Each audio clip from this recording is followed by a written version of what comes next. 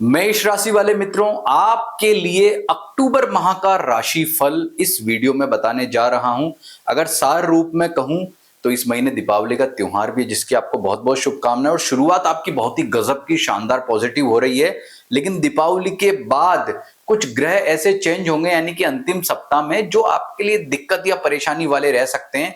तो आइए इस वीडियो में हम जानते हैं कि अक्टूबर का माह आपके लिए सभी क्षेत्रों में कैसा रहने वाला है। शुरुआत करते हैं। देखिए, यहां पर आप एक चार्ट देखेंगे जिसमें मैंने यहां पर आपको बताया है। हम बात करेंगे इस वीडियो में राशिफल के बारे में, नक्षत्र फल यानी कि आपके जो नक्षत्र हैं उसके अनुसार आपके लिए यह पूरा महीना कैसा रहेगा। फिर लग्न के आधार पर और भिन्नाष्टक वर्ग के आधार पर पर्सनलाइज करके मैं आपको बताऊंगा कि आपके लिए कौन सा ग्रह किस प्रकार से फल प्रदान करेगा। यानी कि यह जो राशिफल है न केवल एक समूह के लिए है, वरन व्यक्तिगत रूप से आपके लिए कैसा रहेगा यह भी सार रूप में आपको बताने जा रहा हूं। तो पूरा वीडियो जरूर जरूर देखें। अभी तक हमारे चैनल को आपने सब्सक्राइब नहीं किया है तो वो जरूर कर दें, और इस वीडियो को हाइप करें ज्यादा से ज्यादा, ताकि अधिक से अधिक मेष राशि वाले व्यक्तियों तक ये पहुंचे। और इसके अतिरिक्त ये जो आपको वीडियो यहां बताऊंगा, शुरुआत करेंगे सबसे पहले आपके स्वास्थ्य को लेकर के। तो स्वास्थ्य में देखेंगे हम कि आपका जो राशि का स्वामी ग्रह है मंगल, वो इस समय 7th हाउस से ट्रांजिट कर रहा है। इस पूरे महीने वह 7th हाउस में रहेगा, लेकिन आप क्या देखेंगे 27 तारीख को, 27 अक्टूबर को वृश्चिक में जाएगा। तो उसका अष्टम भाव में जाना अच्छा नहीं है। तो आपके लिए इस महीने की शुरुआत में मैं कहूं भाई 27 तारीख तक तो कोई दिक्कत ही परेशानी नहीं है। आपके लिए हेल्थ के मामले में ये महीना बहुत अच्छा है। लेकिन जब मंगल अष्टम में जाएगा, यानी कि इस महीने का अंतिम सप्ताह 27, 28, 29, 30, 31, ये 5 दिन आपके लिए आपका मंगल अष्टम भाव में जाके दिक्कत परेशानी इश्यू देगा। तो उन दिनों में अपने आप को जो है बहुत ज्यादा स्वास्थ्य का ध्यान रखना आपको है। इसके अतिरिक्त इस महीने कुछ दिन ऐसे भी हैं जिनमें आपको सावधानी रखनी है। अक्टूबर के महीने में 6, 7, 14, 15, 16, 24, 25, देखो ये लिखे हैं, पढ़ लीजिए।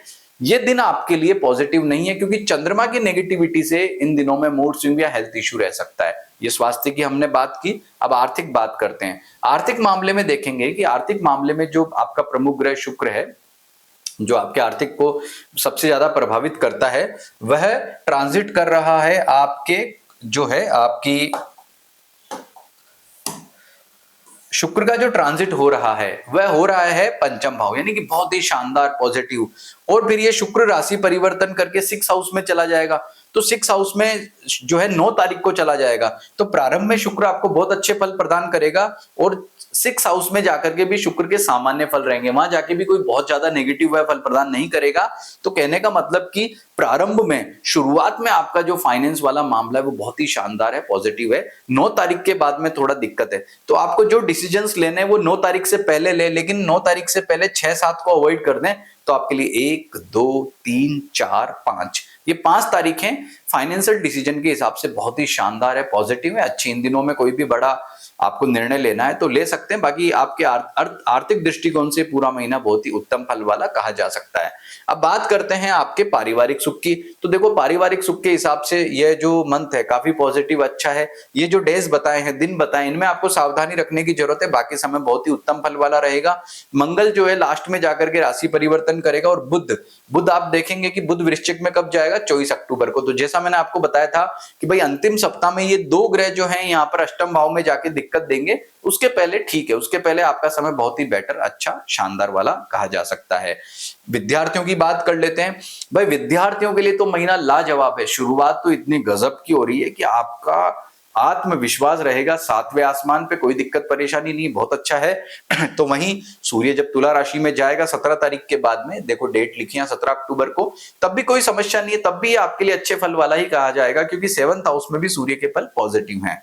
व्यापारियों के लिए देखें तो व्यापारियों के लिए तो महीने की शुरुआत तो गजब की है। शुरू के 7 दिन तो बहुत अच्छे हैं, उत्तम फल मिल रहा है। उसके बाद में 9 तारीख को शुक्र का राशि परिवर्तन होगा, शुक्र यहाँ आएगा 6ठे घर में, तो थोड़ा सा दिक्कत या परेशानी देगा। तो आपको अगर महत्वपूर्ण फाइनेंशियल डिसीजन कब लेने, 1, 2, 3, 4, 5, ये जो 5 दिन है शुरुआत के बहुत अच्छे हैं। इनमें अगर आप लोगे तो बहुत ही उत्तम फलों की प्राप्ति होगी, और आगे भी उसका आपको लाभ दिखेगा। बाकी व्यापारिक लाभ के दृष्टिकोण से पूरा महीना ठीक है और अच्छा है। नए निर्णय लेने हैं तो कोशिश क्या करनी है कि शुरुआत में अगर आप लोगे तो ज्यादा श्रेष्ठ और उत्तम फल वाले कहे जा सकते हैं। अब बात करते हैं आपके पारिवारिक आपका जो वैवाहिक सुख है, वैवाहिक सुख कैसा रहेगा, तो वैवाहिक सुख के मामले में पॉजिटिविटी दिखती है दीपावली तक, यानी 20 तारीख की दीपावली तब तक तो कोई दिक्कत परेशानी नहीं है। लेकिन उसके बाद में, दिवाली के बाद 24 तारीख के बाद में थोड़ी जरूर आपको सावधानी रखनी होगी। जीवन साथी का कोई स्वास्थ्य संबंधी दिक्कत ना हो जाए, कोई मनमुटाव ना हो जाए, कोई इश्यू नहीं हो जाए, दिवाली पे ज्यादा पैसे कहीं खर्च नहीं हो जाए। भाई ध्यान रखना है कि दिवाली के बाद जाकर के आपका जो है वैवाहिक सुख थोड़ा दिक्कत परेशानी वाला, उसके पहले शानदार उत्तम फल वाला कहा जा सकता है। बात करें आपके करियर के बारे में, तो देखिए करियर में जो है अनुकूलता यहां पर दिखाई दे रही है। शनि अभी भी वक्री चल रहा है, इस महीने जो है वक्री ही रहने वाला है। तो वक्री शनि जो है आपके लिए कोई दिक्कत या परेशानी नहीं देगा। इसके अलावा भाग्य जो है उसका भी ठीक ठाक आपको साथ मिल रहा है। सबसे महत्वपूर्ण बात क्या है कि गुरु जो है उसका राशि परिवर्तन भी यहां हो रहा है। गुरु आप क्या देखेंगे, गुरु राशि परिवर्तन कब करेगा, 18 अक्टूबर को गुरु आएगा आपके चौथे भाव में। लेकिन भाई गुरु के राशि परिवर्तन का भी आपके जीवन पर कोई विशेष फर्क नहीं पड़ना, ठीक है। पहले से कहेंगे कि भाग्य है तो थोड़ा बेटर हो गया, यूं मान सकते हैं। कुल मिलाकर के सार की बात करें तो नौकरी पैसा वालों के लिए समय पहले की अपेक्षा तो अच्छा रहेगा। इन दिनों में थोड़ा सावधानी रख लेना। उपाय की अगर बात करें तो ओम बुम बुद्धाय नमः, ओम अम अंगारकाय नमः, ये अंतिम सप्ताह जो नेगेटिव परिवर्तन होंगे तब के उपाय है। उसके पहले देखें तो हनुमान जी की पूजा उपासना, भगवान विष्णु जी की पूजा उपासना करें। ये मैंने आपको बता दिया है आपका अक्टूबर महीने का राशिफल। चलिए अब जानते हैं, इसको सूक्ष्म कर लेते हैं, क्योंकि भाई ये तो सब लोगों का है, करोड़ों लोगों का है। तो हम व्यक्तिगत रूप से हमारे लिए कैसा रहेगा, तो आपके नक्षत्र के ऊपर इस राशिफल को जानते हैं। आपका नक्षत्र क्या है, या तो आपका अश्विनी है या भरणी है या कृत्तिका, ये 3 नक्षत्रों में आपका जन्म हुआ है। इनका नियम क्या होता है कि अश्विनी का मघा क्या है, कर्म, और मूल उनका भाग्य नक्षत्र है। इन 3 नक्षत्रों में से जब शुभ ग्रह ट्रांजिट करेगा तो अच्छे फल देगा, और अशुभ ग्रह ट्रांजिट करेगा तो बुरे फल देगा। इस सिद्धांत के आधार पर हम इसको समझते हैं। सबसे पहले अश्विनी, मघा और मूल में से हम देखते हैं कि कौन कौन से ग्रह ट्रांजिट कर रहे हैं। तो अश्विनी, मघा, मूल में से देखेंगे, सूर्य का ट्रांजिट अश्विनी, मघा, मूल में से नहीं है। स्वाति, विशाखा, मंगल का भी नहीं है अश्विनी, मघा, मूल में से। चित्रा, स्वाति में बुध रहेगा, इसका भी नहीं है। विशाखा, अनुराधा का। गुरु, पुनर्वसु में, उसका भी नहीं है। लेकिन शुक्र जो है वो मघा नक्षत्र से ट्रांजिट कर रहा है, यानी शुक्र मघा नक्षत्र से ट्रांजिट करके अश्विनी नक्षत्र को वेद करेगा।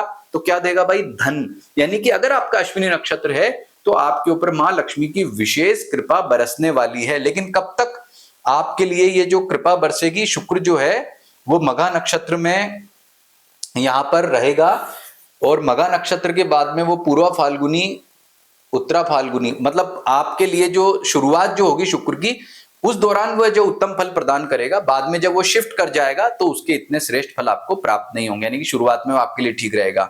अब आगे देखते हैं कि मूल नक्षत्र में कोई ग्रह ट्रांजिट कर रहा है, तो मूल नक्षत्र में किसी ग्रह का ट्रांजिट नहीं है। अब बात करते हैं आपके भरणी। भरणी नक्षत्र जिन जिनका है उनका पूर्वा फाल्गुनी कर्म और पूर्वाषाढ़ा जो है उनका भाग्य नक्षत्र है। तो अब देखते हैं कि भरणी, पूर्वा फाल्गुनी, पूर्वाषाढ़ा में हम देखते हैं तो देखिए शुक्र जो है वो पूर्वा फाल्गुनी में आ रहा है।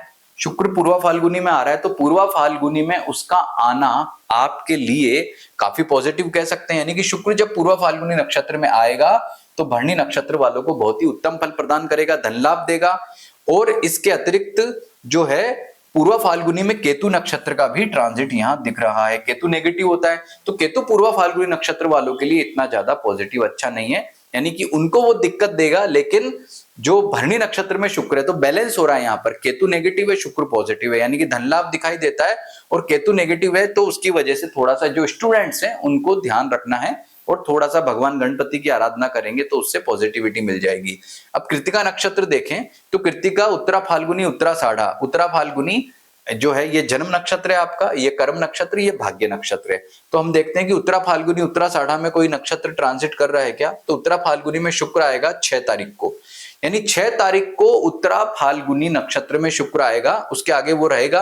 तो 6 तारीख को आने का मतलब क्या है कि जब 6 अक्टूबर को उत्तरा फाल्गुनी में शुक्र आएगा तो कृत्तिका नक्षत्र वालों के लिए आर्थिक रूप से ज्यादा उन्नति, प्रोग्रेस देने वाला रहेगा, यानी कि इस दौरान उनको उत्तम फलों की प्राप्ति होगी।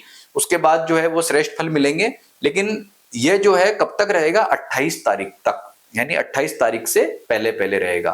तो 28 तारीख से पहले पहले रह करके उत्तम फल प्रदान करेगा, यानी कि कृत्तिका नक्षत्र वालों के लिए समय आर्थिक दृष्टिकोण से ज्यादा अच्छा है। तो उसके पहले भरणी नक्षत्र वालों के लिए ठीक रहेगा, लेकिन सबसे श्रेष्ठ जो है कृत्तिका नक्षत्र वालों का 6 तारीख के बाद में 28 तारीख तक कहा जा सकता है।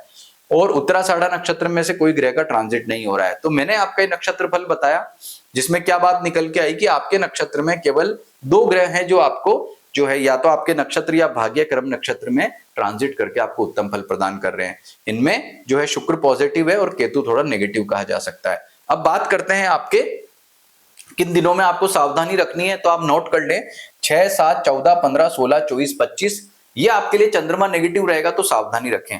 अब देखने वाली बात क्या है कि इस महीने सबसे विशेष और बेस्ट कि सूर्य आपके जो है छठे भाव में आ रहा है। सूर्य छठे भाव में आने का मतलब क्या, आत्मविश्वास 7वें आसमान पे जाएगा और अच्छा पैसा कमाओगे। मैं एक एग्जांपल के द्वारा आपको समझाता हूं कि सूर्य का यहाँ आना किन के लिए श्रेष्ठ है।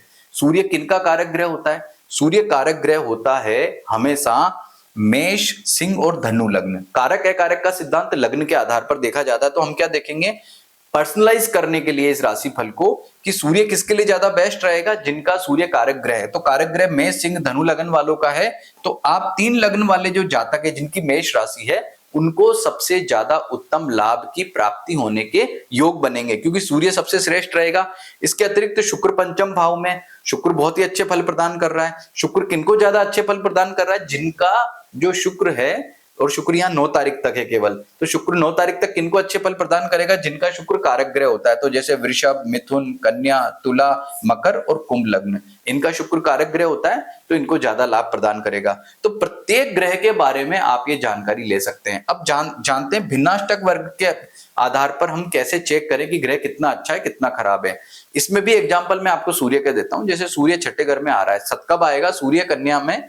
सूर्य जो है आपका यहाँ पर छठे से 7वें घर में आ रहा है। 7वें घर में 17 तारीख को आएगा। 17 तारीख से पहले सूर्य यहाँ बैठा हुआ है। अब 17 तारीख तक जब सूर्य यहाँ बैठ करके अच्छे फल प्रदान कर रहा है, श्रेष्ठ फल प्रदान कर रहा है, तो वो कितनी रेखाओं पर हो तो ज्यादा अच्छा है। तो हम क्या चेक करेंगे, लग्न, ये अब भिन्नाष्टक वर्ग देखें, आप अपनी जन्म पत्री निकालिए, उसमें देखिए भिन्नाष्टक वर्ग खोलिए, उसमें देखो कि सूर्य जो है कन्या राशि में कितनी रेखाओं पर है। ये यदि सूर्य यहाँ पर बैठा हुआ है 5, 6 या 7 रेखाओं पर, तो इसका मतलब ये आपको ज्यादा उत्तम फल प्रदान करेगा। कहने का तात्पर्य क्या है कि आपके लिए सूर्य श्रेष्ठ होगा।